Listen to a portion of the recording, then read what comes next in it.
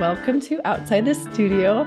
I am so honored and excited to introduce you today to Amy Green Smith, who is a bit of a sass pants.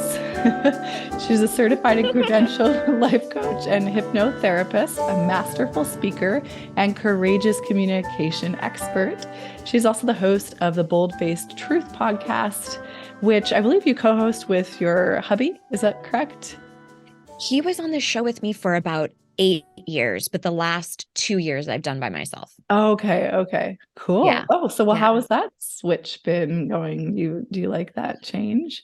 I'm on just a slight hiatus. I'm taking just a few months off of the show because I've been doing it for a decade.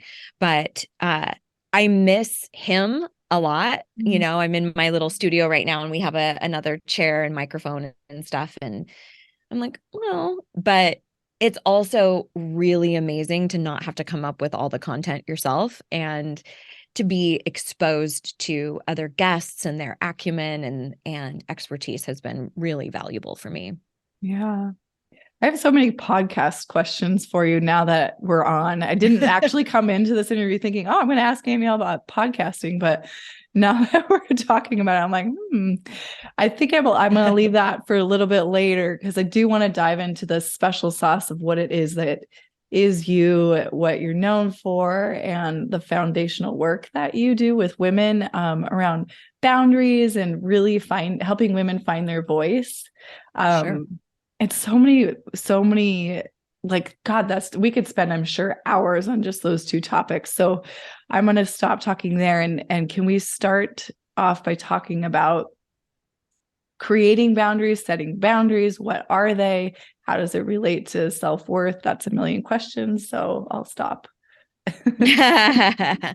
Well, I want to talk briefly, if it's cool with you, about some of the reasons why we don't establish boundaries, the things that get in our way, why we don't speak up or advocate for ourselves. And I think understanding sort of the primitive reason behind that can give us an opportunity for a lot of self-compassion.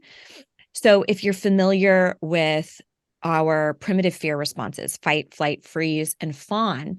Fawn is a little bit of a newer one that's been in the current conversation.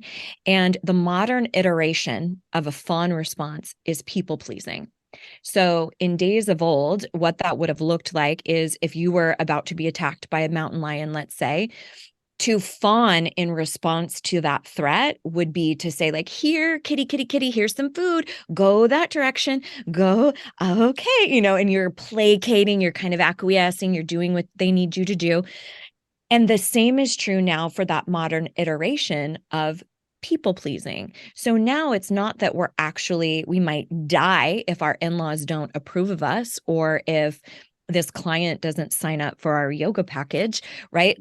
But it registers in our brain as being a threat and being unsafe. So I think it's important to recognize that when we look at our primitive human needs, if we break down sort of Maslow's hierarchy of needs, one of our primitive needs is one of belonging. And that stems, again, from our primitive ancestors, where if you did not belong to a group, if you were not accepted into that organization, that really did mean death. So now that translates as, oh, wow, I've got a really abusive or alcoholic parent. I better tiptoe around and make sure they're always okay so that I can stay safe.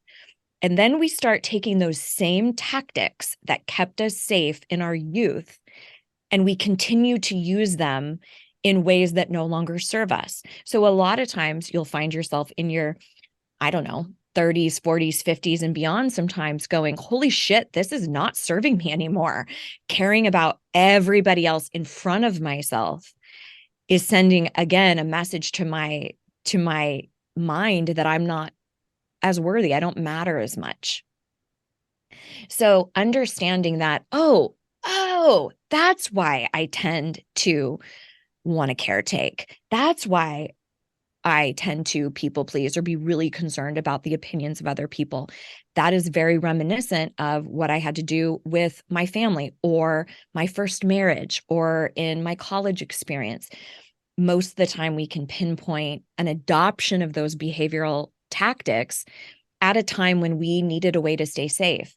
And there's a lot of nuance here too, because I think oftentimes when we talk about personal development, we tend to get very binary about it and say things like, perfectionism is always wrong. People pleasing is always something we want to avoid. And that's not the case.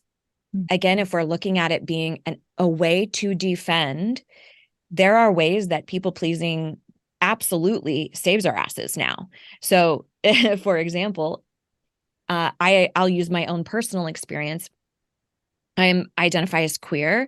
And if I am in an environment that is clearly anti-LGBTQ+, for me to stand up on my rainbow soapbox at that moment and start talking about rights and legislation, and my physical safety might actually be in jeopardy. In those situations, people pleasing might be what literally keeps me alive. So I think we have to recognize that there is nuance and that it's not always something that we need to demonize. Same thing with perfectionism. If I go in for brain surgery, I need that surgeon to be a fucking perfectionist. There's certain places where it's absolutely warranted. So I think understanding and giving ourselves a little bit of grace of there's a reason why we tend to stay silent. And it's not just for the hell of it. It's not because we have no backbone or, we haven't grown enough. A lot of times it's something that has served us really well in our youth. So I'm going to pause there so that see if you have any thoughts, and then we can jump in and talk about boundaries maybe. Yeah, so many thoughts. Well, as you're talking about these habits and behaviors that we develop typically as a result of trauma or is keeping ourselves safe, something we learn as children to do innately. And typically in my experience and the people that I work with in my own personal life, bringing that up to the level of consciousness is a lot of really fucking hard work. And the willingness to be honest with yourself, to look within, to be vulnerable, to have the hard feelings such as fear, anger, frustration, confusion over why did this happen to me? What did I do to deserve it? It's like I've in and out of my life, where am I going with this? In and out of my on and off throughout my life, I've been in therapy. Sure. Traditional talk therapy mostly.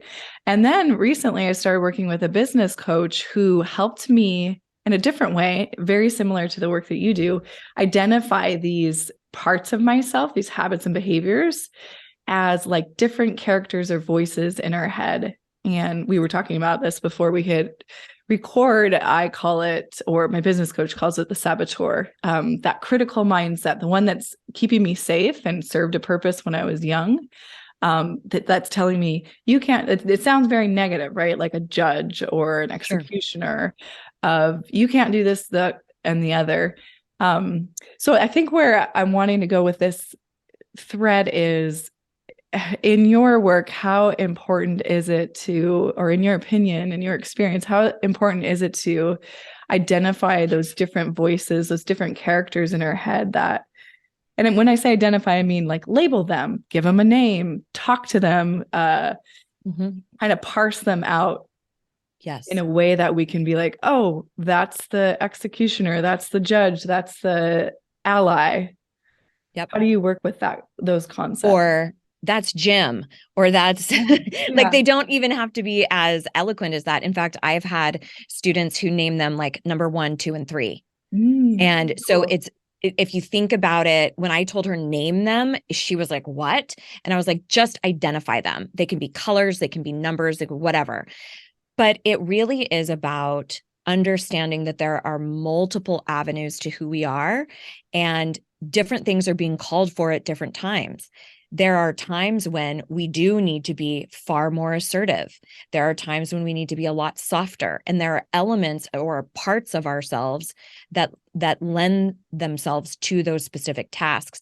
So it's oftentimes talked about as parts work or parts therapy, or sometimes internal family systems in the psychological realm. I learned parts work as a hypnotherapist, but what we're really talking about are, I would sort of distinguish our various parts from well, not necessarily. I guess they could all have elements of the inner critic. But what's happening with an inner critic, I think this can also be really helpful to understand. So if you think about the entirety of the mind and how it operates, we have roughly, depending on who you speak to, the subconscious part of our mind is roughly between 88 to 95% of our mind's power. A large swath of our mind's power is run by the subconscious beneath our waking consciousness. The conscious faculty of the mind is, again, depending on who you talk to, between 5 and 12% of the mind's power. Now, different things are housed in each of those two realms of the mind. The conscious part of the mind, again, very small percent, maybe 5%, houses logic, reason, rationale, and willpower. So if there is something in the subconscious mind that is a much more powerful part of the mind that is incongruent with something consciously, that's when we experience something called cognitive dissonance. It's where we can't hold two opposing thoughts. So in between those two pieces of the mind, we have the critical factor of the mind. And the critical factor acts as a little guard dog to discern anything that's coming through consciously. Does that match what we know to be true in the subconscious mind? So for example, if you developed early on in life a positive association with people pleasing because it helped you stay safe from an alcoholic parent, let's say. So now people pleasing registers in the brain as a known safe tactic. So now that inner critic is going to guard that reality. It's going to guard that truth. And again, we're talking 95% of the mind. So now when somebody like me or Tessa says like, oh yeah, you can just start speaking kindly to yourself. Just start saying positive affirmations. The reason why those things don't work oftentimes is because they're incongruent with what you're already holding in the subconscious. So consciously, you're trying to say, I'm capable of establishing boundaries, or my voice matters. Well, what's going to happen? That inner critic is like, fuck no, you can't. That's not what's going on down here in the subconscious. So, which is one of the reasons why I love hypnosis so much, because when you slow down the brain waves, essentially that little guard dog goes to sleep and you are able to drop messages that you want into the subconscious without the kickback. Now, we can also do that with repetition. So what's housed in the subconscious is our primitive fear responses, our beliefs, our habits, our core values. All of those things are housed in the subconscious. So if you're like, I know what I should be doing, or I know I should believe I'm worthy, or I know it's possible to establish boundaries, but I can't seem to do it, it's because there's a disconnect with the subconscious. And there's a myriad of ways to start working with that. But it's not that you are faulty or broken or there's something wrong. But most of the time, we give up on that repetition of the conscious part of the mind. We give up on the affirmations because they don't feel real. They don't feel true. So what I oftentimes will suggest to people, if you're working consciously as opposed to in a hypnotic trance, is to think about, oh no, I just totally lost my train of thought. I'm telling you, perimenopause is. I can empathize. So please take your time. It will come back. I do have a question if you, as a follow-up to this conversation, because it's so relevant to what is exactly going on in my life right now. As I've been working with this business coach, we were doing this exercise where we were tapping into the parts, right? So we identified the saboteur. We were kind of getting close to something that we were calling an ally or a true inner voice or the true soul of me.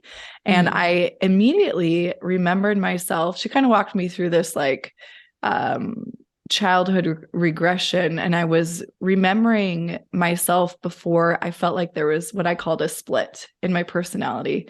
And in the way that like my younger self felt courageous and curious and imaginative, creative. I wanted to be outside. I was always making up stories. I was literally like writing stories down. And if I was reading a book, I was like, I could totally do this. And I mean, I was like 5, right? Mm-hmm. So I had all of this imagination and unbridled enthusiasm for being able to create Sure. something magical and wonderful.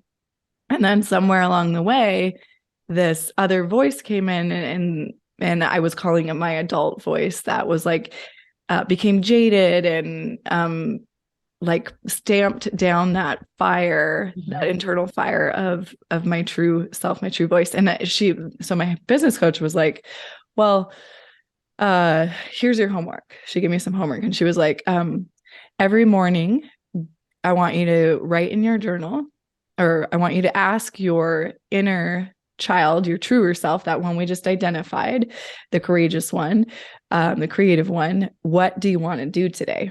And immediately when she asked me this question, I was like, I can't do that. I won't be able to access it. Like, she won't be able to answer this. The saboteur was immediately like telling me, you can't even answer that question. What are you talking about? Like, so Yeah. hopefully I didn't throw you off track of where you were going to go, but I was thinking, I was just identifying with what you were saying about, yeah, there's like this split in the subconscious. I could see how hypnosis would work. And if we don't have access to that kind of therapy and repetition, you're saying repetition works too. What are some methods we can use to start to identify and work more with the ally, more with the inner true voice, and less with the judgment? Oh, this is such a great question. I love this so much. Well, first of all, there's a very real reason why you felt that split.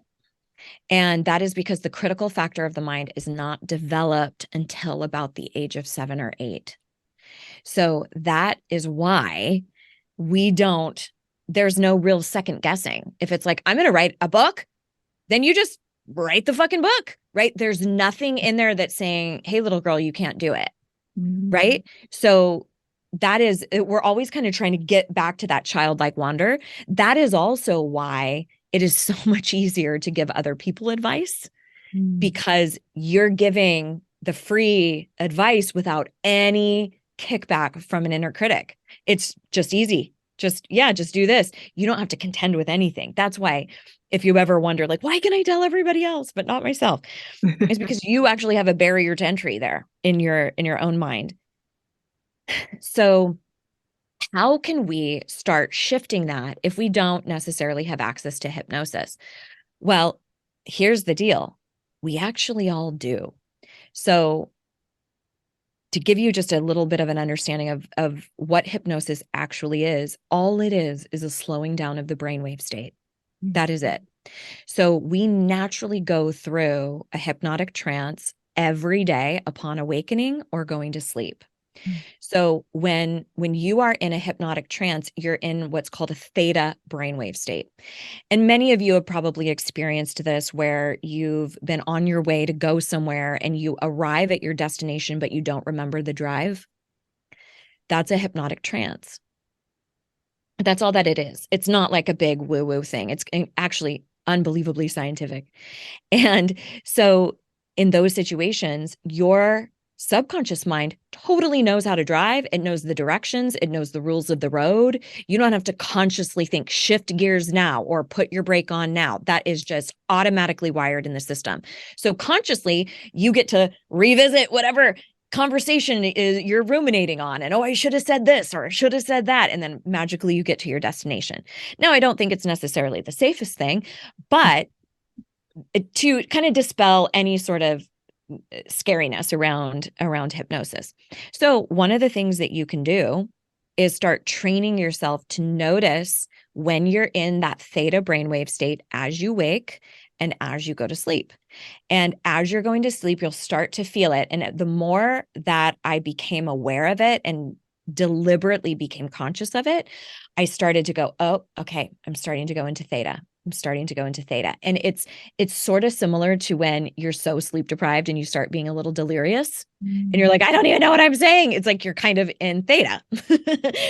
You can do that in an awakened state too. We call it flow state that some people have in yoga or, So that's one way, is to have sort of an arsenal of mantras or things that you would like to submit basically to the subconscious mind. So when you start falling asleep, just start saying, I'm capable of establishing boundaries. My power comes from within. I am deeply loved, or whatever your things are that you want to truly believe, but just say it at those times. Anytime you're just about to fall asleep, and start paying attention. There's a little sort of special wobbly place that happens in the interim between awake and asleep. And that's a brilliant way to do it. Another thing that you can do is through repetition, either both verbally or written. So if you write something over and over and over again, or if you speak something over and over and over again, that can tend to be really helpful. For a lot of folks, it's very difficult to take the jump from how I feel about myself now to I am deeply worthy or I am enough. Like that feels like an outright lie. And then you throw away the assignment. So instead, I encourage people to use something I've termed progressive language, where instead of saying, I love my body, saying something like, I'm exploring what it feels like to love my body, or I'm on the road to believing that I'm enough, or I'm challenging my notions around who I can trust, whatever, something where you're talking about, I'm on my way. I may not have arrived, with the caveat that the minute you can start saying, I am enough, or I can speak my truth with grace and kindness, or whatever it is that you want, move to the very solid affirmation, but give yourself a little bridge. Another thing that you can do is an addendum. Like, even though this, or I guess it would be a precursor, even though this feels a little clunky, I am enough. Or even though I don't know if I fully believe this yet, and make that part kind of light, not super heavy. Even though this feels like I don't quite believe it yet, I am capable of speaking up for myself with grace and kindness. So there's tons of ways we can work around this. And the final thing I'll say about that, of another way to access the subconscious mind, is by consulting the pendulum. Have you heard of this? Yeah, I actually have one, and I haven't used it in a long time. So tell me your method. Oh, I'm so intrigued. Please go on. Okay, cool. So I'm going to try to make sure this can be understandable in an auditory medium as well. So basically, the idea is that you would have a string, or a lot of times people will use a necklace, but all you need is just some sort of thread or string or chain that has something slightly heavy on the end. Sometimes it's a pendulum. It could be a pendant. You know how you can like drop a pendant to one side of a chain, and then you could kind of wiggle it back and forth, almost like you're getting sleepy, that sort of thing. Which we don't do. That's very stage hypnosis. That's not necessarily what most of us do, nor will you cluck like a chicken. But essentially what we're tapping into is something that's called the ideomotor response. And it's the way in which the subconscious mind communicates through the physical body without us actually being conscious about it. This is also how Ouija boards work. We don't think that we're moving it, but there's a conscious part of our mind that is moving our body that we're not consciously aware of. It's also how handwriting analysis works, which I'm certified in as well, and is fascinating, is unbelievably fascinating. So back to the pendulum. So what we're doing is we're basically communicating with our subconscious mind, but it doesn't feel like it because you don't consciously feel like you're doing anything. So what you do is you hold the string at the top so that the pendulum or the weight is hanging below. And you start by holding it as absolutely still as you possibly can.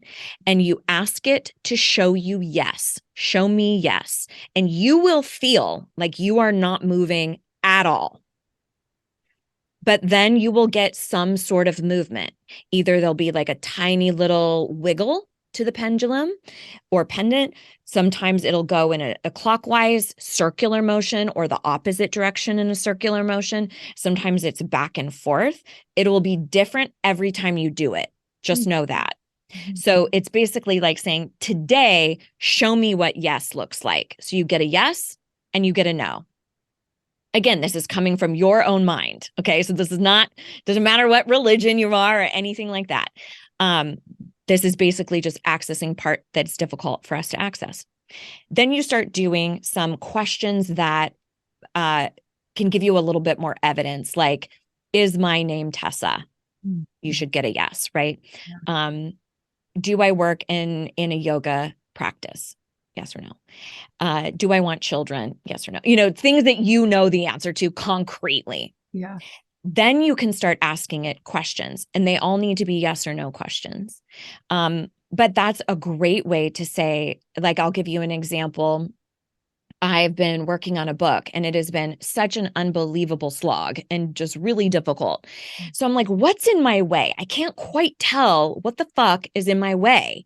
I feel like I really want to get this out in the world. What is it?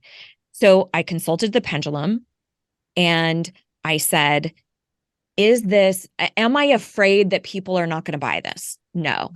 Am I afraid I'm not going to get a literary agent? No. Am I afraid of rejection? No. Am I irritated by the bureaucracy of traditional publishing? Yes.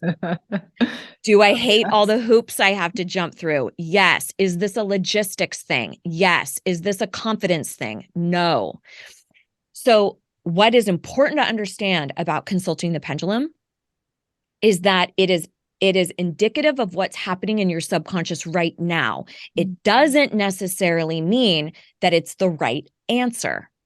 So for example, when I first start working with women, if we were to consult the pendulum and say, am I enough? It's probably going to say no.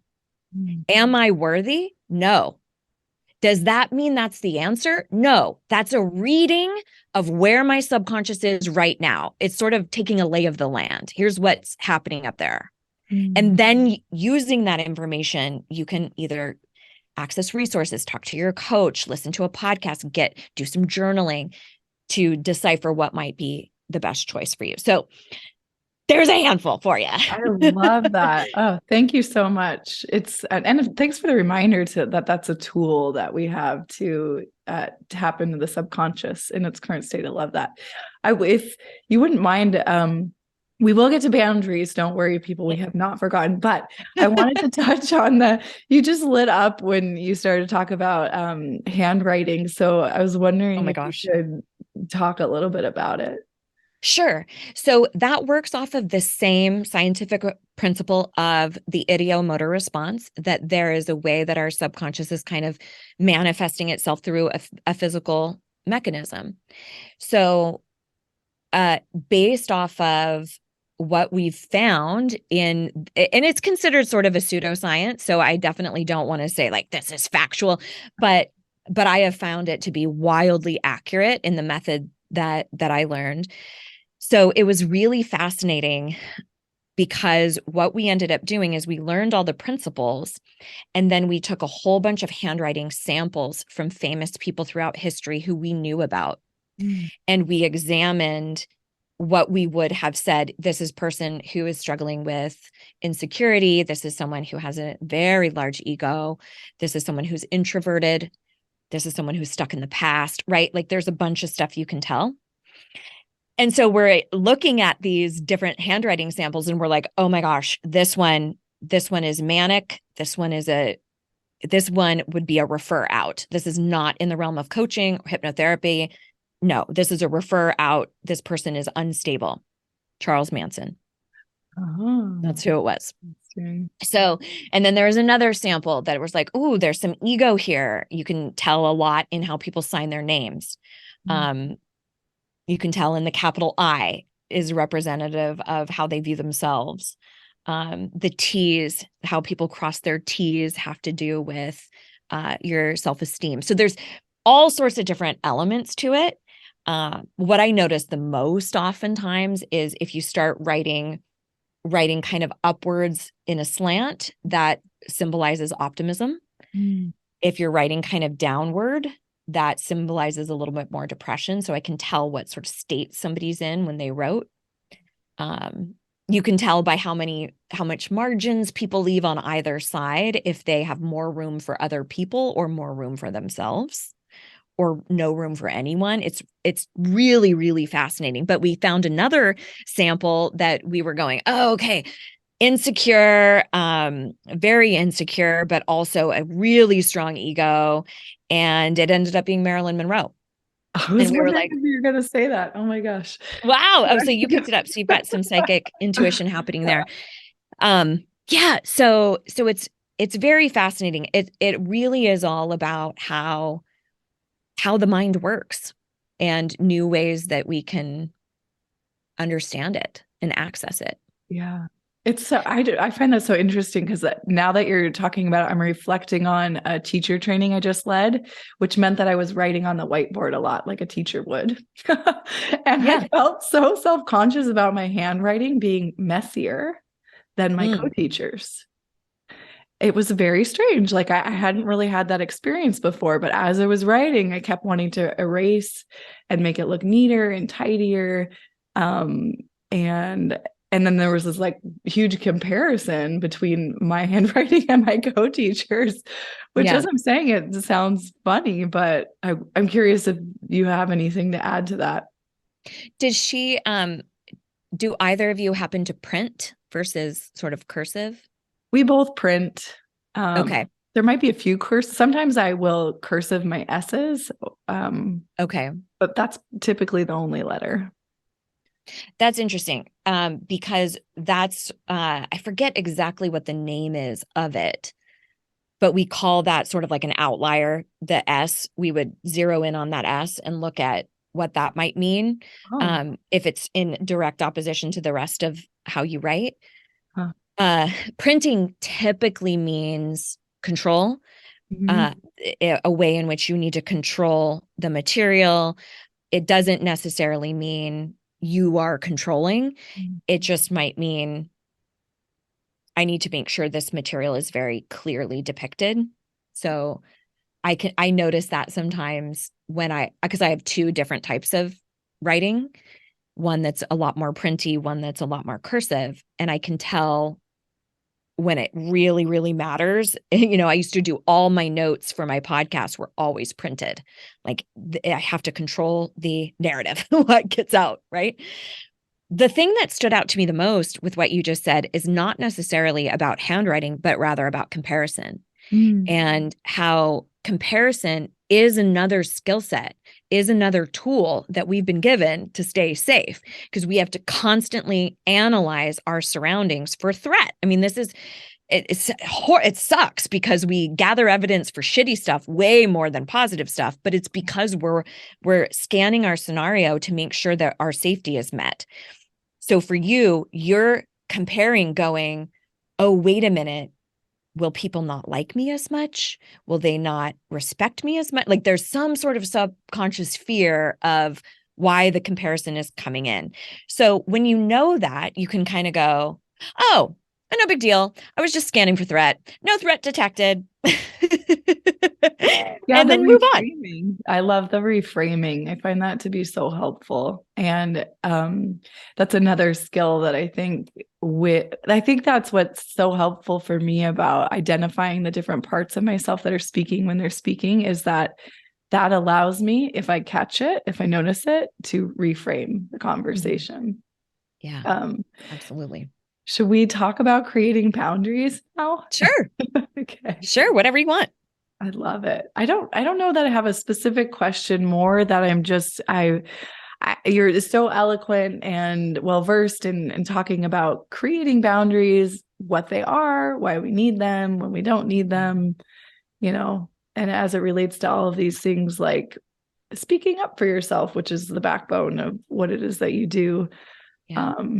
Without being a dick, in parentheses, right? Because that's a big fear, especially for women, right? It's like, oh, if I speak up for myself, I'm going to be labeled as a bitch. I'm going to I'm not going to be taken seriously. My big one is like, if I get emotional about this, no one's going to take me seriously.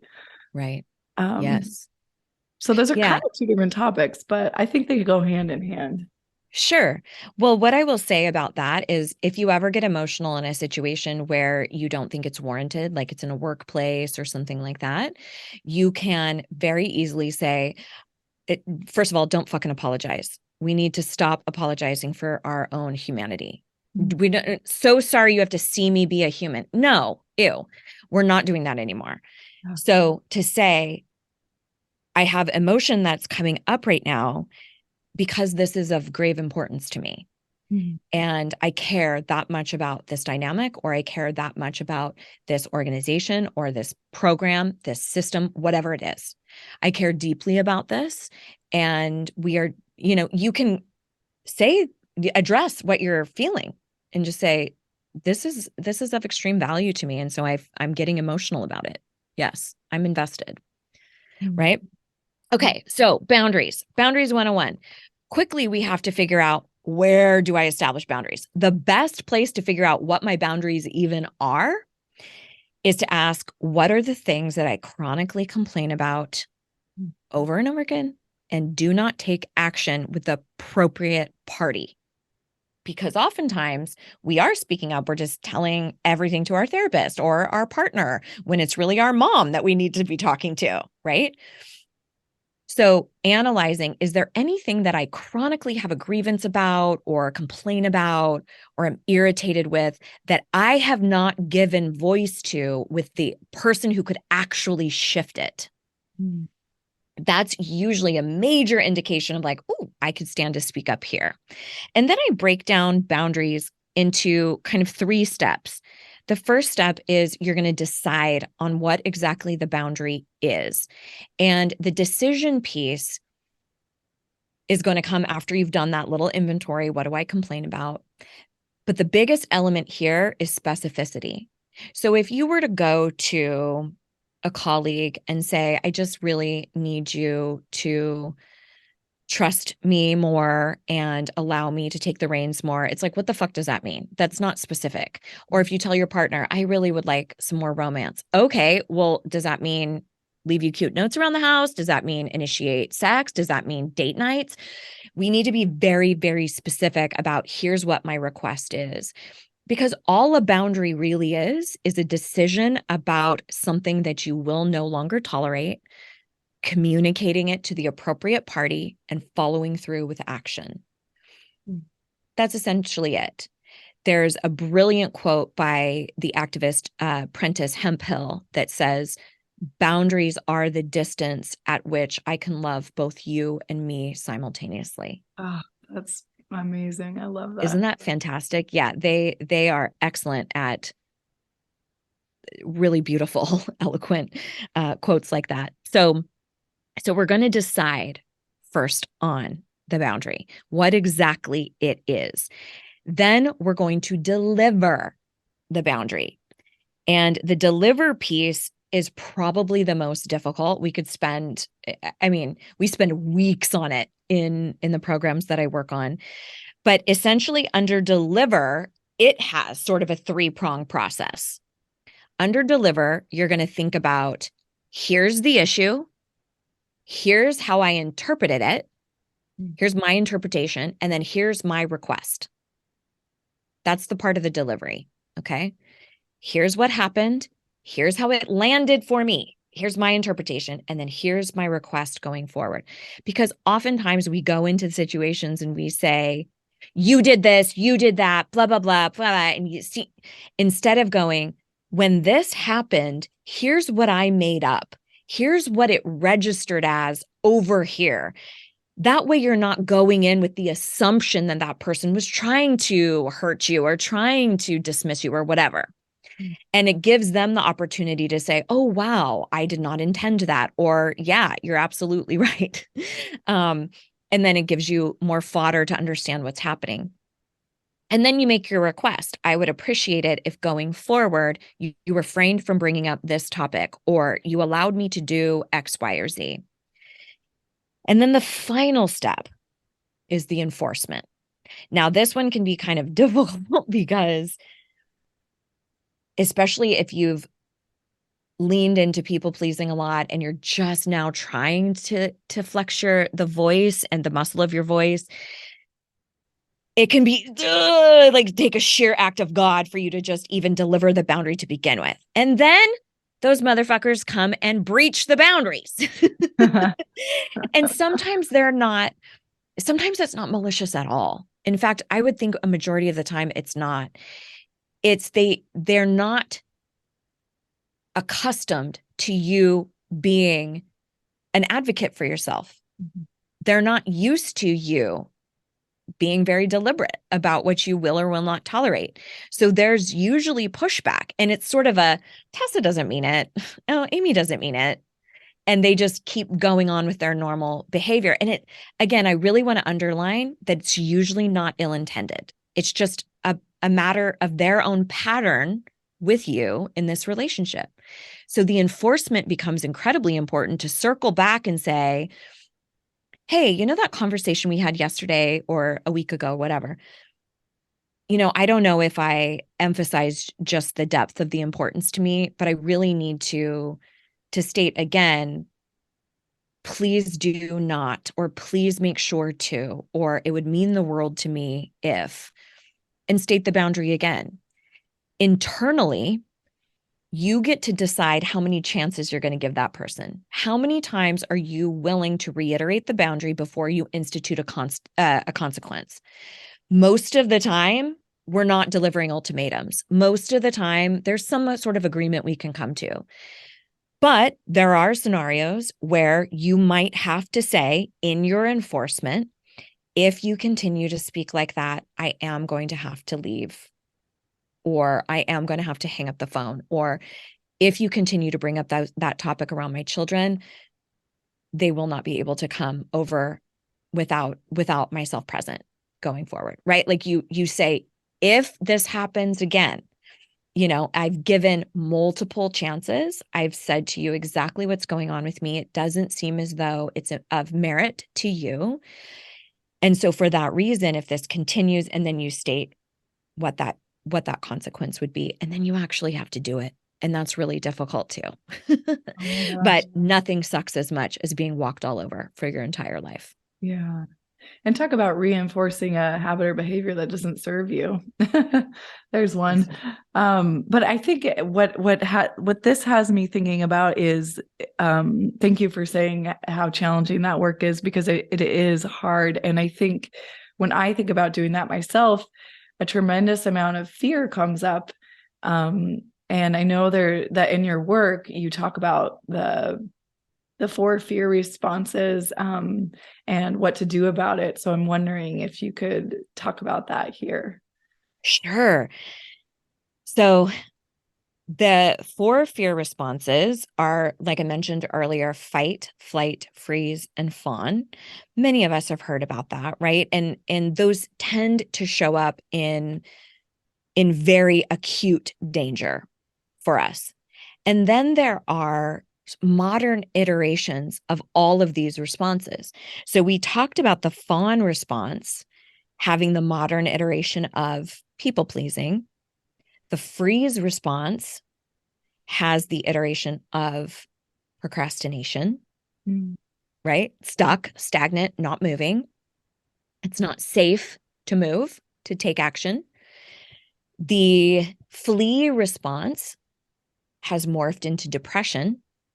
So if people are in the throes of fear or threat, there's some sort of threat, and they aren't able to fight back, sometimes that's when depression will kick in. It's also why it's so alluring to go to sleep when you're depressed. It's let me escape, let me run away, let me flee. It's our nervous system trying to take care of us. And the same is true for our fight response, which has now morphed into anxiety. There it is. And so, and we will touch on many of those depending on the scenario. But what's important here is to recognize that there's a threat detected. I am afraid of something. There's something that feels like I need to be on alert. So my favorite way to work through fear is to ask yourself the question of, am I actually in danger, or is this just new? Because your fear is going to kick up whether you're actually in danger, like run from this attacker. And it's also going to kick up when you want to start a new business and you're scared shitless of putting yourself out there. Yep. One of them, you really do need to run away. The other one, you need to run toward. So how do we discern that when fear sounds the same in both scenarios? It's by getting quiet, checking in and going, okay, I recognize that I'm having some fear, or I'm having some anxiety. I'm having some people-pleasing tendencies. What am I afraid of? Is this actually dangerous, or is this just new? So in a lot of situations, it's just new, because what happens in the brain registers either things are known or unknown. If it's unknown, it registers as unsafe. If it's known, it's safe. We know people pleasing. We know talking shit to ourselves. We know how to overachieve. We know perfectionism. So when we ask ourselves to do something outside of it, guess who gets loud? Inner critic. Abort mission. We don't know that. And that's why talking with those parts of yourself is so powerful, to say, hey, babe, we're actually not in danger. I know it's coming across like we are. I know it seems like we might be about to be attacked. That's okay. Thank you for coming to our rescue. Thank you for being ready to caretake. We're actually okay. And then working through various things to calm the nervous system, etc. But just that simple question when you're in the throes of procrastination, let's say, what is it? Is there fear here? Now, we procrastinate for a litany of different reasons. It's not always just fear. Sometimes it's just straight up labor, that whatever we're working on is going to take a lot of effort, whether mentally, emotionally, physically. But sometimes it's because we're afraid of putting ourselves out there, or what are people going to think, in our sorts of fields. A lot of times the way it looks is accumulation of more and more certifications before I actually go and teach. Yeah, I'm guilty of that one. Yes. Totally. But that's a form of procrastination. It's being busy, but you're not really in action. You're not really creating something. There's movement, but it's not really action. So I would say that, as far as analyzing when there's a lot of fear there, and also recognizing that courage can't exist without fear. You cannot be a courageous, brave individual unless fear is present. So we get to decide to either cower or be courageous. And that's going to take a different form. So if you are actually in clear and present danger, like somebody coming at you with a knife, let's say, then courage is going to look different in that scenario, right? That might be, I need to hide. It doesn't necessarily mean fight. So checking in with yourself, am I actually in danger, or is this just new? And then how can I choose to behave from courage as opposed to fear? Because courage can't exist without fear. Oh, that's so beautiful. I love that. I wanted to ask you something. I want to be mindful of the time, but I do have one question that keeps coming up for me in my own life. And when I have these conversations with people like you, and you brought up the idea of like starting that business and the people that are in our realm. And when I say our realm, I mean like the entrepreneurial lifestyle, building a business from the ground up, and also the flavor of health and wellness industry. And I think right now I'm asking myself this question a lot of like, well, how do I stay inspired? What is it that I want to focus on? What is it that resonates with me, so that when I offer it out there, it truly resonates with others? Maybe it's not the right question that I'm asking myself. I'm not sure. At least as a story I'm telling myself right now. The question, though, that keeps circling around my head, and actually I have it on my website, that always does inspire me to think a little bit more broadly, a little bit more openly, maybe a little bit more courageously, is a line from one of Mary Oliver's poems, which is, "Tell me what it is you will do with your one wild and precious life." And to me, that's a question of, what makes you come alive? What keeps you inspired on the days that you're like, what the fuck am I doing with my life? And why did I start this in the first place? And so I think my question for you is, what keeps you inspired to do this work? Maybe it's what even inspired you to do this work in the first place. And why do you show up day after day and continue to do it? Wow, what a great question, Tessa. This is funny. I think you might have a similar sentiment. I don't feel like I have a choice, really. Like, it feels so innately in me that it's been very clear to me since my early 20s that communicating and teaching is a piece of what I need to be doing in this world. That initially started off in makeup artistry, and I was a corporate trainer for a prestige makeup brand. And so I was traveling around and teaching and educating, and we had a great development team who would create a lot of kind of personal growth type of materials that we would be then presenting to these various teams. So I kind of got the bug, like, whoa, I love this idea. And I loved the psychology and understanding all of that stuff.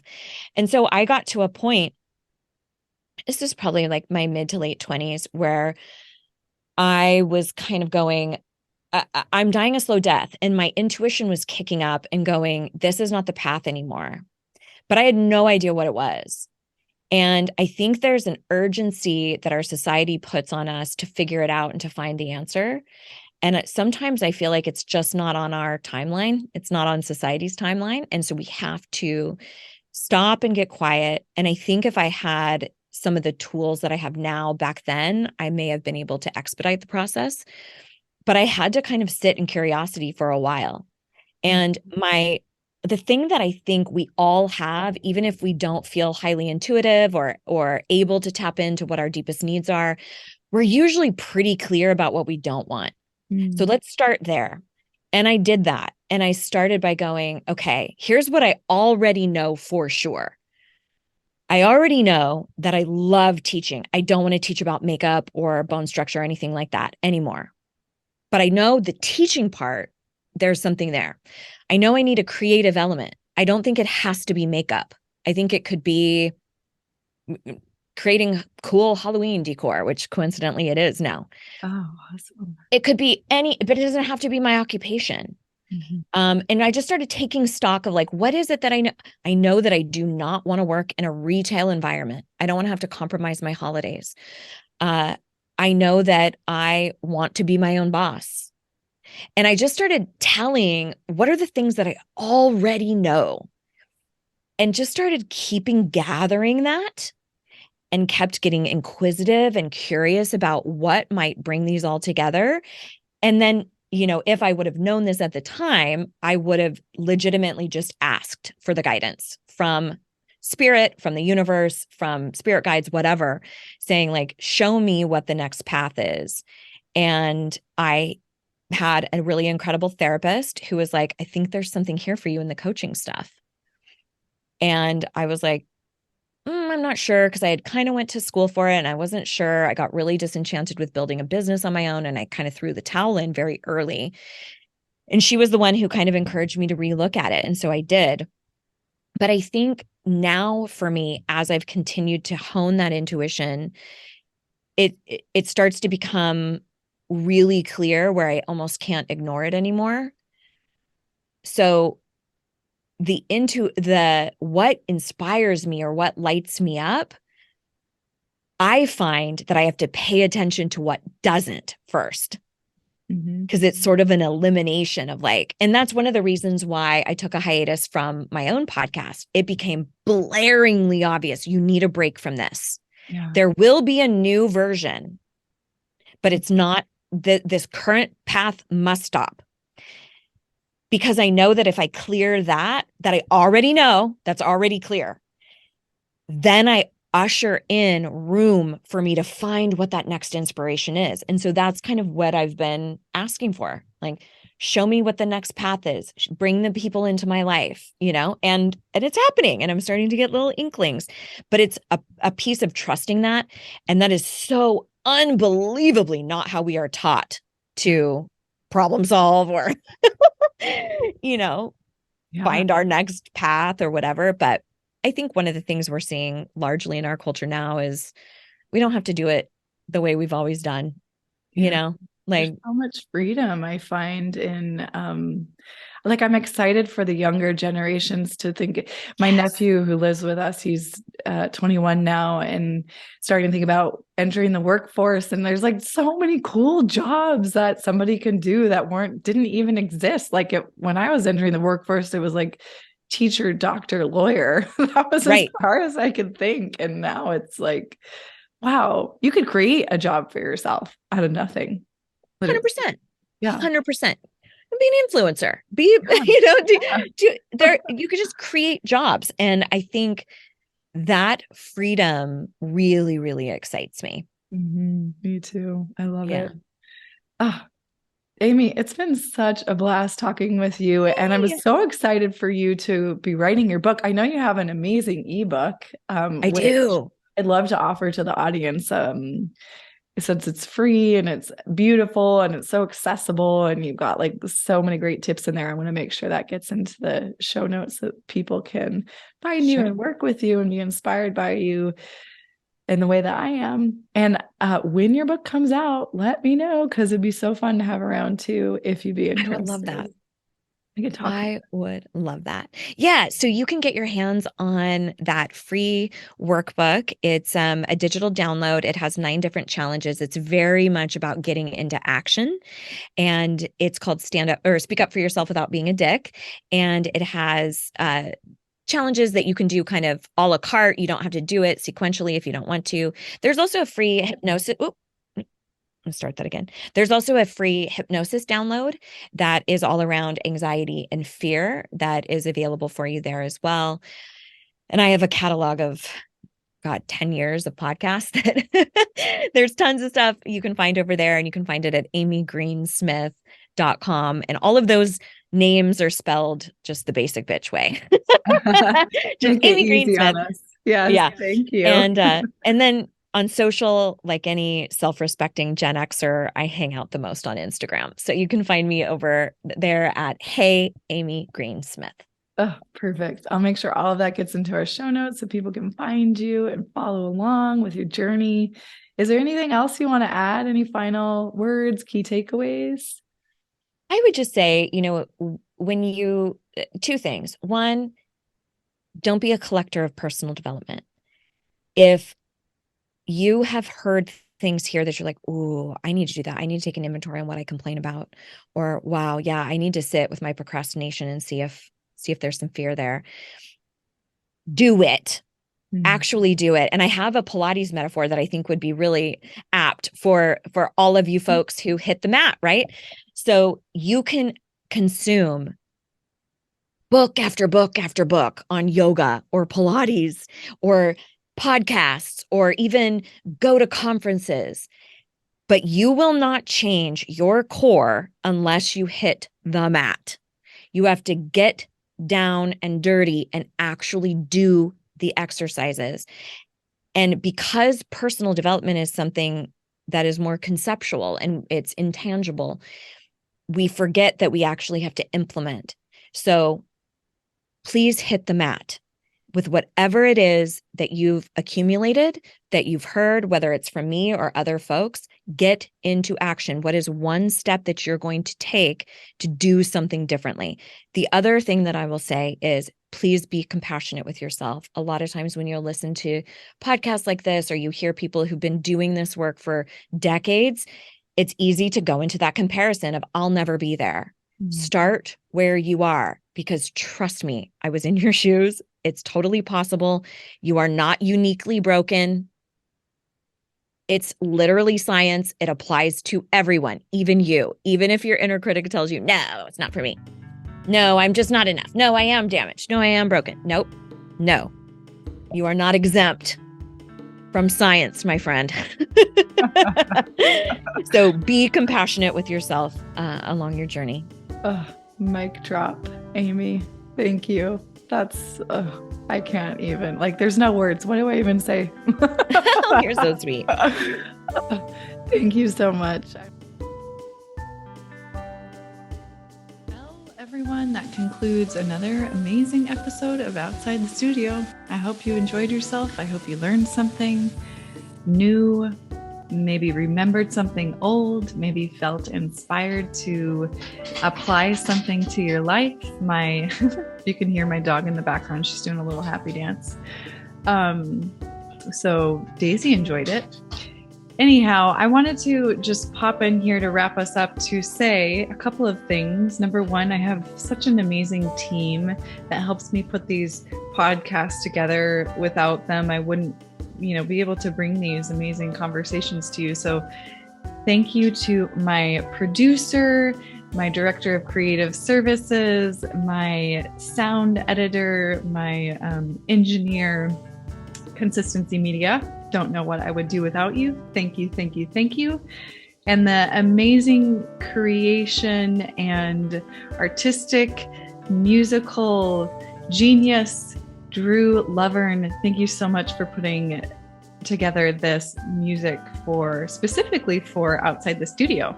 So unique to the show, only place you're ever going to hear it is right here. Thanks, you guys. You make my world go round. Stay well, everyone. Thank you for listening. Don't forget to subscribe, rate, and review, share on the socials, especially if it's a show that you think, hey, this could help somebody else. That's what this is all about, right? We're sharing information so that we're better, so that we're inspired, so that we're lifting each other up, and we're learning how to be in this world, living on this planet to the best of our ability, sharing information and inspiring one another. And that's my hope. That's my hope for the show. Take care.